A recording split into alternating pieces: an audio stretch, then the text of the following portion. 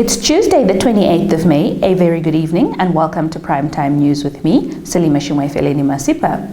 Leading our newscast tonight. While speaking at the Omarongo Festival, President Nangolo Mbumba called for international aid, stating that Namibia needs food and financial resources to drill boreholes. During the Omarongo Cultural Festival at the Onambango Palace in the Oshana region on Saturday, Mbumba appealed for assistance, highlighting the critical time the country faces due to drought. Gabriel Thomas filed our lead story. Mbumba said, "We have a drought situation and we appeal to all our friends if there are those who can help us with money so we can drill more boreholes." Vice President Netumbo Nandi-Ndaitwah at the same occasion said Namibians should wake up and take Africa out of poverty. Sylvia Shandali reporting for Primetime News. The mass registration of unemployed teachers commenced at the Ministry of Labour, Industrial Relations and Employment Creation Regional Office in Rundu on Monday. Chairperson of the Unemployed Teachers Committee, David Nekaro, told Primetime News that the registration is expected to run until 7th June 2024. Sawi Hausiku compiled this insert. Upon our engagement with the authorities, the Minister of Education, we came to a resolution that we need a statistic to inform us on how we can go about the issue of unemployment on teachers. So now we have made arrangements with the Minister of Labour to assist so that we are registered and at least give a very reliable statistic so that the government are informed as to how they have to at least assist in this way. So after this statistic, we will engage the Office of the Prime Minister again to further the engagement in depth so that we get a concrete response as to what could be the next step to be taken. So that's what we are doing, and we encourage all the unemployed teachers countrywide to conduct themselves within this exercise. And I believe our officials from the Ministry of Labour are more than willing to assist in number so that the process goes smooth and also the result will be yielding very high. So that's all about the exercise. We now move down south to the Xaras region, where two men from Betani have appeared in court for alleged murder. The two brothers who stand accused of the alleged murder of a 28-year-old man made their first court appearance in the Betani Magistrates Court on Monday. The duo, 38-year-old Eric Elian Isaacs and 43-year-old Frans Boysen, were both denied bail and their case was postponed to the 3rd of June 2024 for further police investigations. Our reporter in the Xaras region brings us more details. The duo, Eric Isaacs and Frans Boysen, were denied bail and their case was postponed to 3rd June 2024 for further police investigations. Namibia Police Force Acting Crime Investigations Coordinator for the Xaras region, Detective Chief Inspector Jokopeta Anguku, in an interview with Nampa on Monday, said Isaacs and Boysen allegedly stabbed 28-year-old Sylvanus Roy with a sharp object. Anguku said the incident occurred at a local bar in Betani on Saturday. It is alleged that the two brothers were involved in a heated argument on Friday night. However, the quarrel erupted between the trio again on Saturday night, which led to the incident. Sylvia Shandali reporting for Primetime News. Now, in a village nestled in the mountains of South Africa's hotly contested KwaZulu-Natal province, former President Jacob Zuma's new party has campaigned relentlessly to win voters away from his old one, the ruling ANC. On Monday, rival tents pitched by the two parties outside a local school serving as a polling station blasted party songs welcoming early voters they hoped to sway. AFP brings us more. On Monday, rival tents pitched by the two parties outside a local school serving as a polling station blasted party songs welcoming early voters they hoped to sway. Most South Africans will vote on Wednesday, but some, including the elderly and the infirm, were allowed to cast their ballots on Monday. In what is expected to be the tightest election in decades, the emergence of Zuma's Umkhonto weSizwe or MK party has increased tension in KwaZulu-Natal, a key election battleground already infamous for political violence. KwaXimba, a rural area dotted by thatched rondeville huts outside the eastern city of Durban, has been ruled by the African National Congress or ANC since the dawn of democracy in 1994. But many here revere Zuma, an ethnic Zulu who was born in the province. Some opinion polls suggest the MK could win the most votes in KwaZulu-Natal. This would almost certainly condemn the ANC to its worst electoral results in 3 decades. It could lose its parliamentary majority for the first time and be forced to form a coalition government. Konjeni Yambinga reporting for Primetime News. Stay tuned for your top roundup with the business segment thereafter.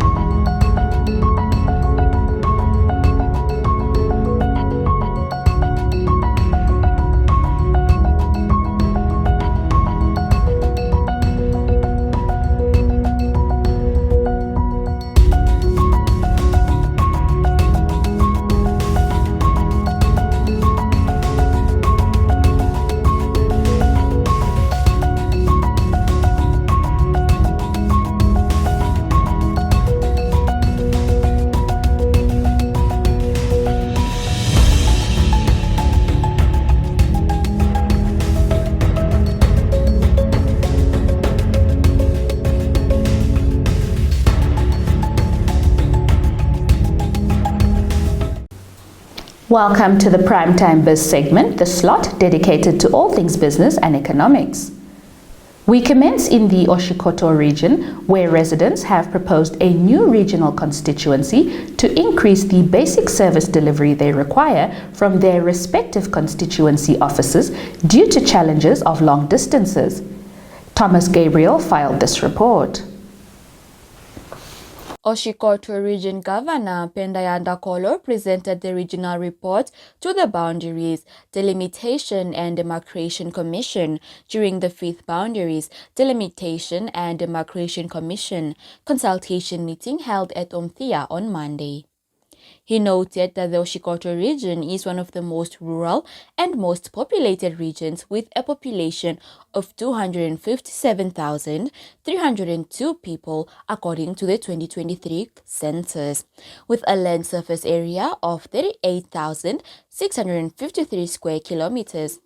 Yandakolo said some residents of the Okankolo, Engodi, and Nehalelampinganya constituencies continue to endure hardships in accessing basic services they require from their respective offices due to the unavailability of road infrastructure that links their villages to their constituency offices. Yandakolo said the new proposed constituency will take part of the Okankolo eastern side, Engodi eastern side, and Nehalelampinganya western part.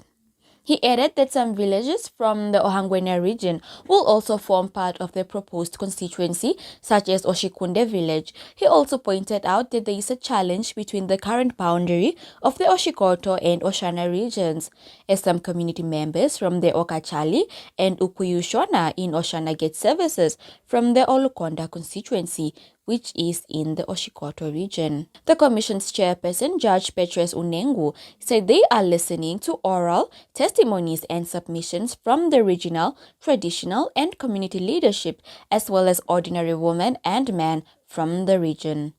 The commission was appointed by President Angolo Mbumba to conduct an assessment of the current boundaries of the regions and constituencies. Konjeni Yambinga reporting for Primetime News. Now on to economic news from beyond our borders. China's carbon dioxide emissions fell in March for the first time since its economy reopened after pandemic restrictions, suggesting the country's emissions may have peaked according to a new analysis. AFP brings us more. The March drop was the result of expanding renewable capacity, which covered almost all the growth in electricity demand, and a major slump in construction activity.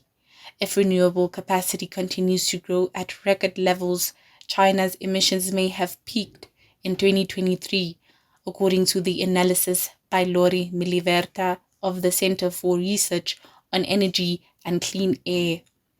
Writing for Carbon Brief, Miliverta said China's carbon dioxide emissions fell 3% in March 2024 from a year earlier based on an analysis of official data.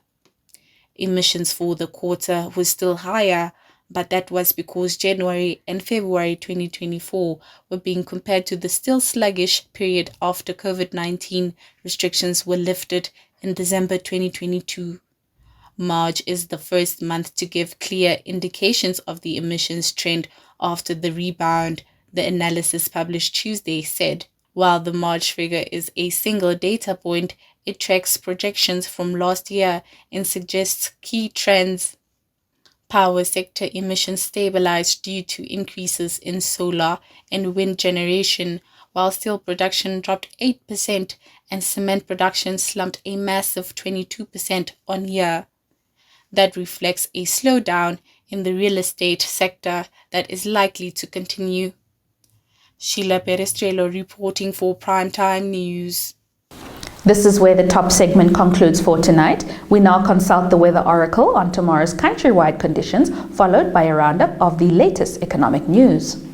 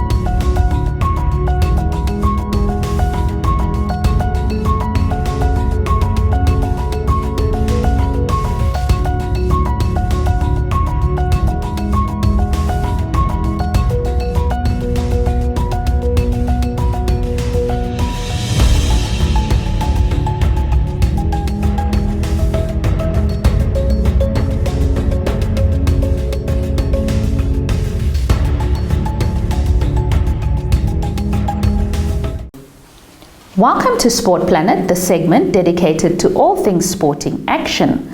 Football headlines tonight's segment. Whether they admit it or not, there is no doubt Real Madrid consider themselves favourites to beat Borussia Dortmund on Saturday and win a record-extending 15th Champions League trophy. Not only because the German side are shock finalists, but simply because the kings of Europe would feel the same way regardless of the opposition. Another triumph on the biggest stage would be the perfect showcase of their power and prestige to superstar striker Kylian Mbappe, set to join from Paris Saint-Germain in the summer. Madrid play with a belief that they will prevail, but also with the humility to know that to do so requires flexibility in the how. On to tennis news. Novak Djokovic begins the defense of his French Open title later this evening, confident his Grand Slam pedigree will help overcome his lackluster season. The world number one, seeking a fourth Roland Garros title and record-extending 25th major, is enduring his worst run since 2018. The 37-year-old Djokovic has not won a title in 2024 and has yet to make a final, with semi-final spots at the Australian Open and Monte Carlo Masters remaining his best performances. He also suffered the indignity of being accidentally hit on the head by a metal water bottle in Rome, which caused nausea and dizziness. Stay tuned for your sports roundup.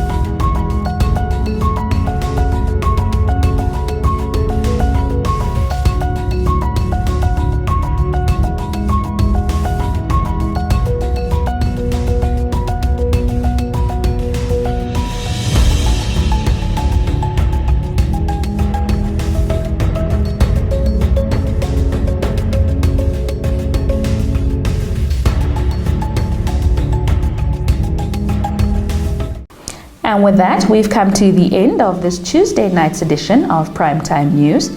A parting reminder to follow the on-screen prompts and subscribe to the Nampa TV platform to stay updated on the latest developments shaping our world. From myself, Salima Shumwaifeleni Masipa, and the energetic production team behind the scenes, it's good night.